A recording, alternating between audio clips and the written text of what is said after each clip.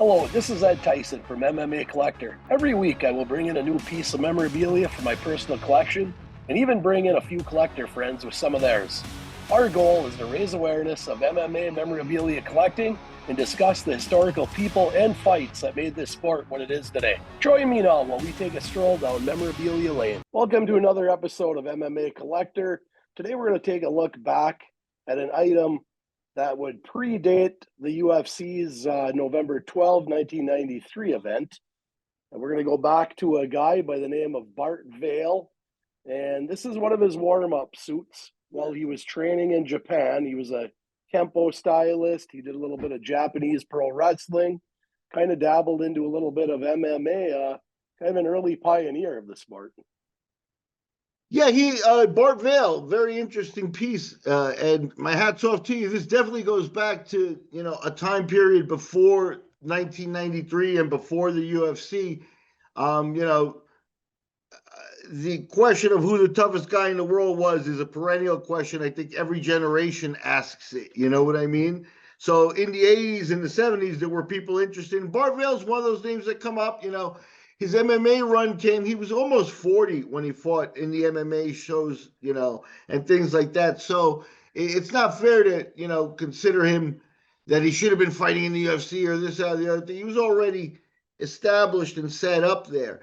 As the story goes, this is an interesting piece because he did do pro wrestling in the mid 80s with many MMA legends, including Nobuhiko Takada, Akira Maeda, Minoru Suzuki, and Masa Funaki, four of the founders of MMA in Japan. Takada was Pride One's headliner.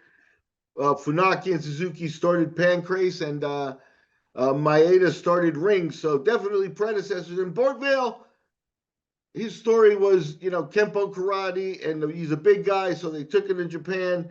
His original name, his real name is Bartolomeo Cacavelli. He's Italian, German, and, from that era. And, the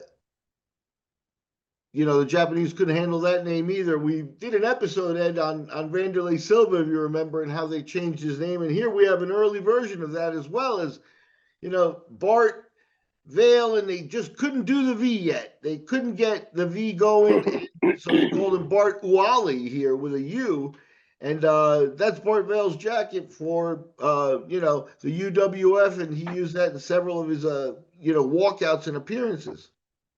Yeah, another one of his notable fights that I saw was a guy by the name of Wayne Shamrock, and that's what it listed as on the fight poster. But eventually we all know that he became Ken Shamrock, and he competed in UFC 1.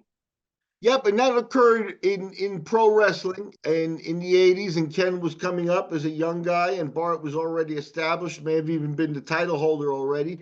Bart says the fight got heated and that he hit Ken hard, and, from there he doesn't know. He was credited in, one of his MMA fights as having knocked out Ken Shamrock, and everybody thinks, that he was trying to take credit for a real win in a pro wrestling match. I don't think that that's the case. I think Bart kind of maybe likes to confuse stuff, but when I asked him about that, he told me, he said it was a pro wrestling match that got heated, and Ken was a young guy with a lot of piss and vinegar coming up, and Bart was established already, and Bart said he kicked him for real. You can judge it from there. Tough guy, big guy, a guy who kind of makes you think, wonder what could have been if he had been 10 years younger, don't you think, Ed? Yeah, I think so. I talked to Art Davie about him at one point, and apparently Art Davie and his ex-wife actually tried to hook up Bart into one of the early UFCs. I'm not sure if it was UFC 1 or 2, and at the time nobody really ever heard of the UFC, so I don't think anyone was really that motivated to jump in there. So they must not have worked out a deal, but I know they did at least make an attempt. Yeah, and he would have been a compelling character, in the 80s, and, back then when you had traditional karate magazines or martial arts magazines and stuff, you get top 10 lists of the toughest guys in the world. And, Bart Vale's one of those guys that popped up on those lists. And, just he won the MMA fight on the WCC against Mike Bitonio. at, almost 40 years old. That's a hell of a rugged debut, man. Yeah, it sure is. So that's a great piece, Ed. Definitely showing some range here because you're going back, before the UFC, usually that gets 93 is about the oldest stuff you're going to get. And this is firmly from the 80s and definitely a great piece, Ed. A few episodes back, we showed MMA collector fans Vanderlei Silva's name change to Wanderlei and the Wand brand. Now we bring you the story of Bartolomeo Cacavale, a Kenpo stylist from South Florida. After the 6'4" 250-pound behemoth was spotted at a stateside tryout, he earned an invitation to compete in Japan's Universal Wrestling Federation.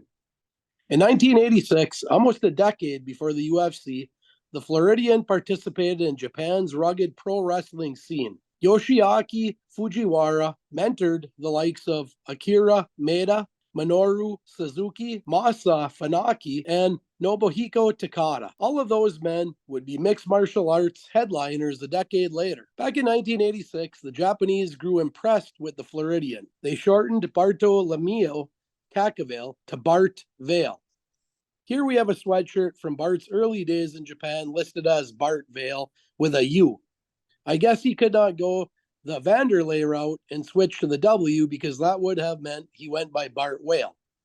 With his full name being Cacavale, the Vale seems like a fair compromise in retrospect. Don't miss our next episode where we take a look at some items received by friends of the legendary Judo Gene LaBelle. Take a moment to like and share and subscribe to the MMA Collector on YouTube and join our collector community.